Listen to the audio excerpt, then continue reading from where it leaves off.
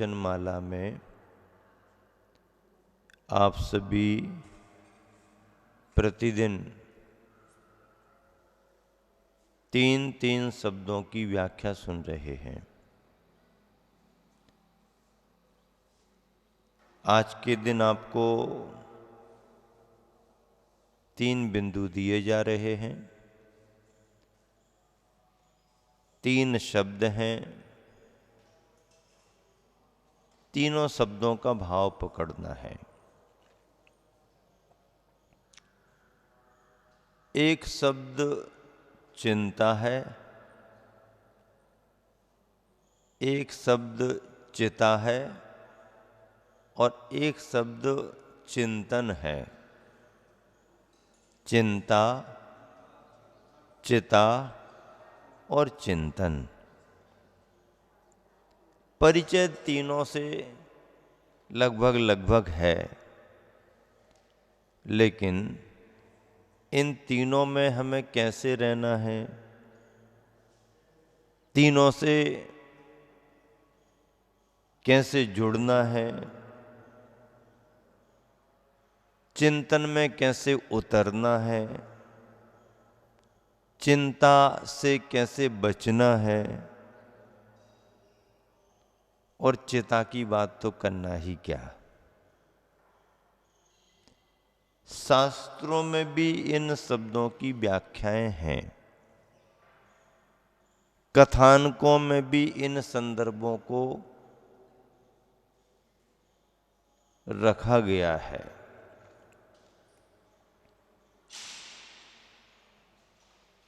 सही बात यह है कि ऐसा कोई भी व्यक्ति नहीं जिसके मन में किसी तरह की कोई आकुलता व्याकुलता न आती हो या कोई चिंता का कारण ना बनता हो। छद्मस्त अवस्था में, संसार की दशा में गृहस्थ की चिंताएं तो उसकी भूमिका के अनुसार रहती ही रहती हैं। भूमिका के अनुसार गृह त्यागियों को भी कुछ ना कुछ तो, भले उसे हम शुभ कहें, लेकिन कुछ ना कुछ दायित्व बोध रहता है। तो दायित्व बोध होने के कारण कुछ मन में भाव आता है, आना स्वाभाविक है, क्योंकि उनकी भी वो भूमिका है। वो अपने स्वाध्याय से, अपनी साधना से, अपने चिंतन से, विचार से उससे जल्दी हट जाते हैं, ये बात अलग है। लंबे समय तक उस संस्कार को नहीं जोड़ते हैं, ये बात अलग है। आया गया, आया गया, आया गया, आया गया विचार का क्रम रहता है, ये भी ठीक है, पर आया तो गया ये बात अलग है, लेकिन आया तो आया क्यों? आने की भूमिका है। मन है, छद्मस्त है, शरीर है, स्वाध्याय है, साधना है, तो कोई ना कोई विकल्प तो आते ही हैं। इसका मतलब ये है कि विकल्प तो सभी को बने ही रहते हैं। उन विकल्पों को हम विचार का रूप दें, विचारों को हम चिंतन का रूप दें, तो वही विकल्प शुभ भाव बन जाते हैं और कर्तव्य से जुड़ जाते हैं। हमारे विचार अशुभ ना बन पाए। मन है, विचारों का केंद्र है, विचार उठते हैं, आते हैं, जाते हैं, चिंतन चलता रहता है, विचार चलते रहते हैं। उन सब में सावधानी ये रखना कि हमारे विचार चिंताग्रस्त ना हो, विचार चिंताग्रस्त ना हो। यदि विचार चिंताग्रस्त होने लगते हैं तो फिर वो अशुभ में तो जाते ही जाते हैं, फिर हमारे स्वास्थ्य के लिए भी प्रतिकूल बनने लगते हैं। चिंता की जहाँ तक बात है, आचार्यों ने कहा है कि जो जितनी जवाबदारी लेकर के चलेगा उसको उतने विकल्प आएंगे। निर्विकल्प कौन होगा? तो जो सब कुछ छोड़ करके, सबको भूल करके अपने ध्यान में बैठ जाए, सो निश्चिंत हो गया। घोड़ा बेच करके सोने की बात आती ना, इसका मतलब क्या? कहावत है ना, वे तो घोड़ा बेच करके सो रहे। घोड़ा बेच करके सो रहे का मतलब क्या? दूसरे जानवर बेच करके सोए तो उनको अच्छी नींद नहीं आएगी क्या? घोड़े को बेचने में अच्छी आएगी क्या? कहने का मतलब यह है कि जो तुम्हारी आजीविका के साधन हैं, जिनसे तुम काम धंधा करते हो, जिनसे तुम्हें सुबह शाम जरूरत पड़ती है, उन अपने कारणों को यदि आपने छोड़ दिया तो कारण गए तो मन अपने आप निश्चिंत हो जाता है। चाह गई तो क्या मिटी? चिंता मिटी। फिर चिंता मिटी तो मन हुआ बेपरवाह। फिर तो कछु चिंता नहीं है। और जिनको कछु न चाहिए वे साहन के साह।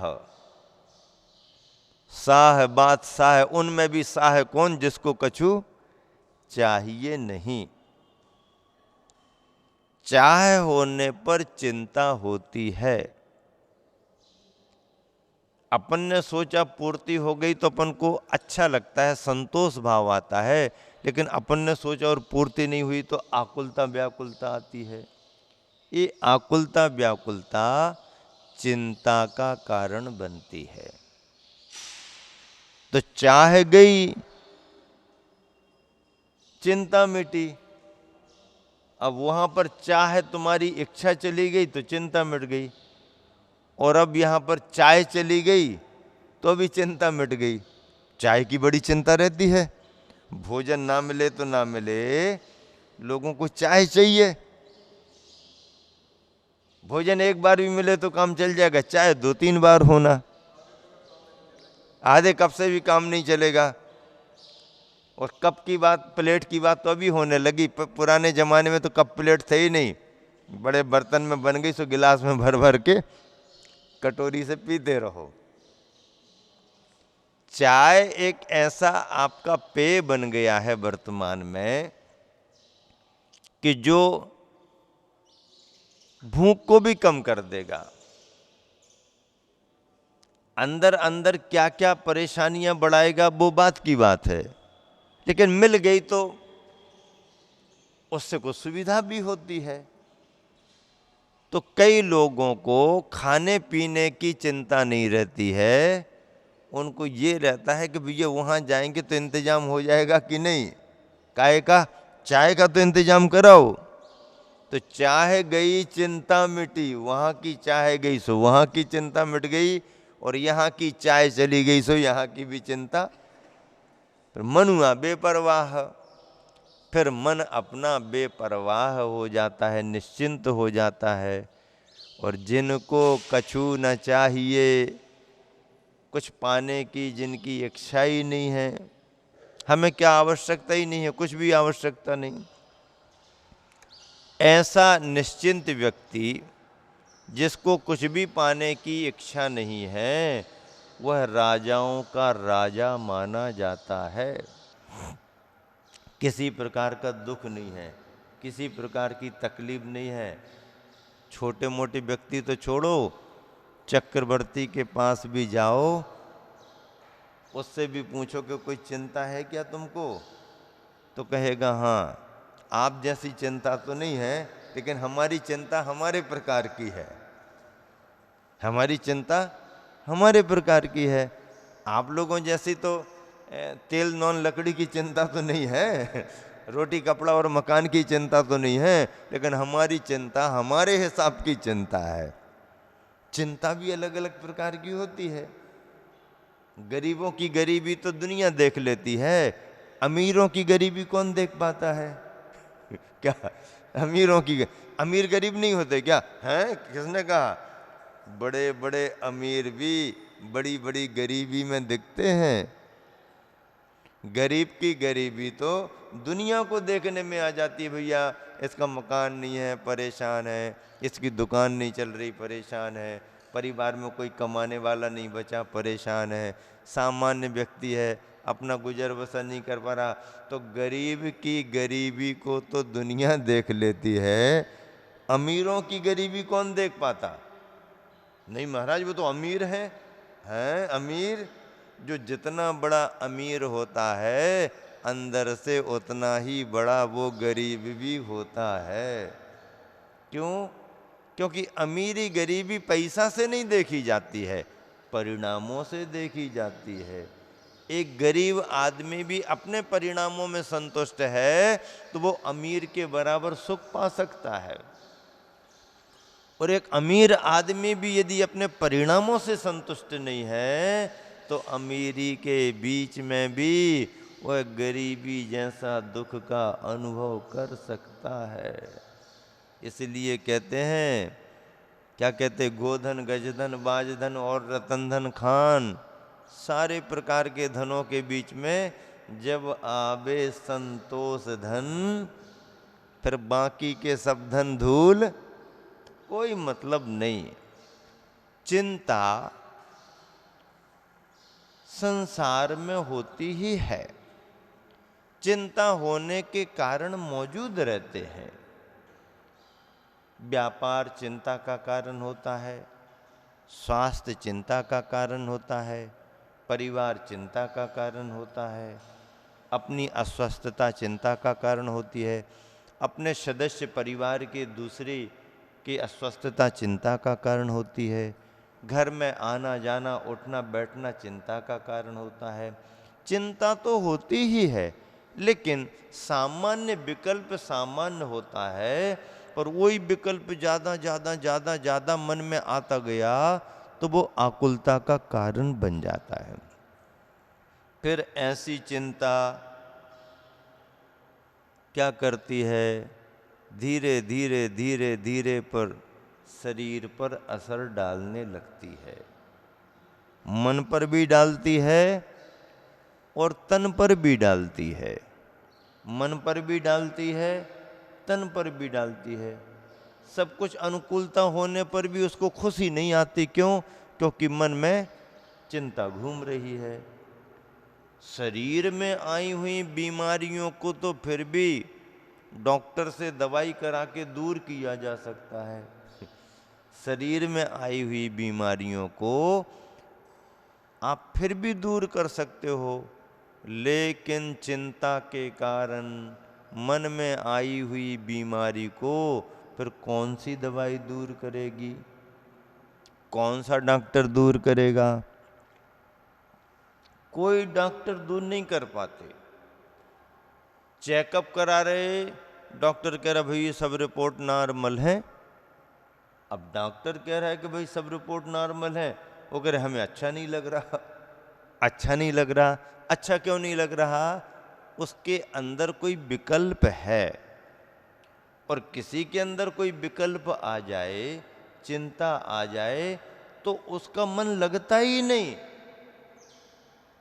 खाने में मन नहीं लगे, सोने में नींद नहीं आए। कई लोग कहते हमको नींद नहीं आती। नींद क्यों नहीं आती? कोई ना कोई टेंशन पाले रहते हैं, कोई ना कोई टेंशन विकल्प रहता, उनको नींद नहीं आती। अरे जिसको कोई विकल्प नहीं है वो सड़क पर सो जाए, बाजू में गाड़ियां निकल रही हैं, खा लेने देना, खाओ पियो सो, नहीं भी मिला तो यहाँ वहाँ से कुछ भी करके निश्चिंत व्यक्ति कहीं भी सो जाता है।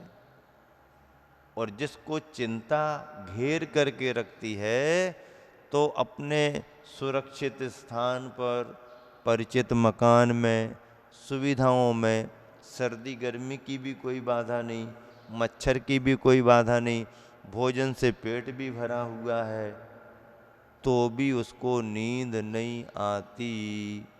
ये चिंता है। इस चिंता को दूर करने के लिए गुरु का मार्गदर्शन और शास्त्र का स्वाध्याय बहुत जरूरी है। हाँ, अनुकूलताएं कितनी बना दे कोई, उससे चिंता नहीं जाएगी। चिंता तो तत्व के ज्ञान से जाएगी, चिंता तो धर्म के ज्ञान से जाएगी, चिंता तो तुम्हारे स्वाध्याय से जाएगी, तुम्हारे अपने धर्म पर विश्वास करने से जाएगी। मार्गदर्शन गुरु का मिलना जरूरी, बड़े से बड़ी समस्याओं का भी समाधान हो जाता है। इस तरह से एक बिंदु को आपने समझ लिया। क्या समझ लिया? कि चिंता दुख का कारण है। संस्कृत नीतिकारों ने कहा, उत्तमा स्वात्म चिंता स्यात् देह चिंता च मध्यमा अधमा काम चिंता स्यात् पर चिंता धमा धमा।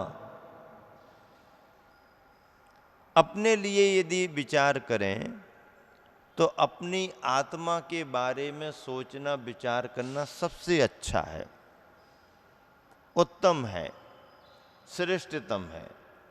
चिंता करना भी है तो अपनी चिंता करो। विकल्प आ भी रहा है तो अपने बारे में विकल्प रखो। अपने बारे में विकल्प करोगे, अपने बारे में चिंता करोगे तो तुम्हारी चिंता तुम्हारे तक ही सीमित रहेगी। फिर अपने बारे में सोचना विचार करना केवल अपने को अच्छा बनाने के लिए, दूसरों से जोड़ करके दूसरों के कारण, उसमें तो ज़्यादा आकुलता होती है। उत्तमा स्वात्म चिंता स्यात्, अपनी आत्मा का विचार करना, अपने बारे में सोचना उत्तम है। देह चिंता च मध्यमा, अब शरीर के बारे में सोचना शुरू कर दिया तो ये मध्यम में आ जाएगा। आत्मा के बारे में यदि तुमने सोचा तो उत्तम है, शरीर के बारे में तुमने सोचा तो मध्यम है।